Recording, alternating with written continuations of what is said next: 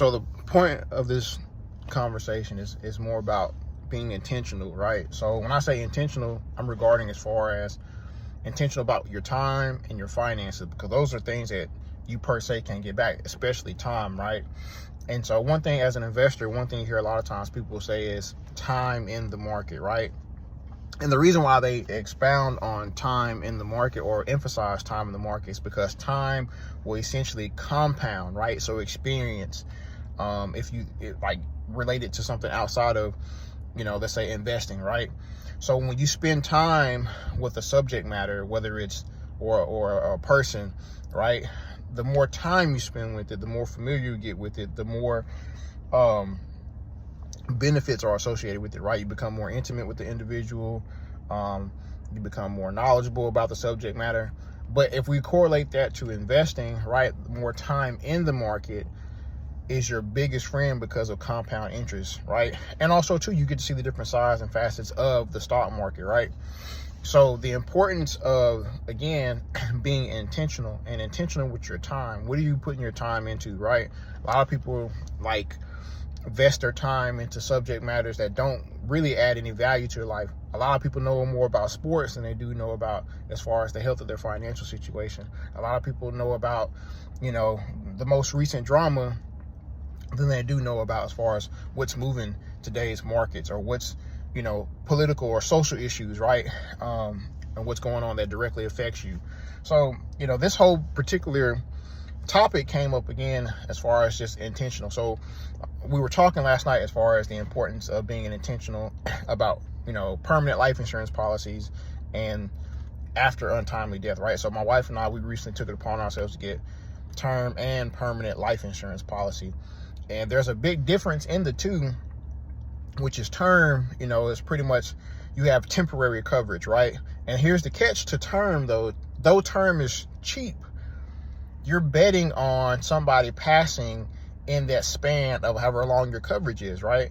And here's the thing, 98% of coverages expire worthless, right? So people who solely focus on term because it's cheap, they don't account for that, the benefactors that they got going for them nowadays, which is we got medicine, we live longer, the food's a little bit better, right?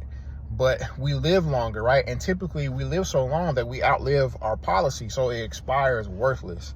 So I say that to say, as far as when we got the permanent life insurance policy, yeah, we had people looking at us crazy because we got the permanent. But here's the thing, that's coverage throughout life, right? So no matter what happens, it won't expire unless we don't pay and meet the premiums, right? But here's the thing, time, right? Intentionality, finances, those things have its way of coming back full circle if you're not being intentional about your time as far as educating yourself on these subject matters, not investing. And I mean investing in yourself. As far as your financial health doesn't only solely impact you, but it impacts those you love, right?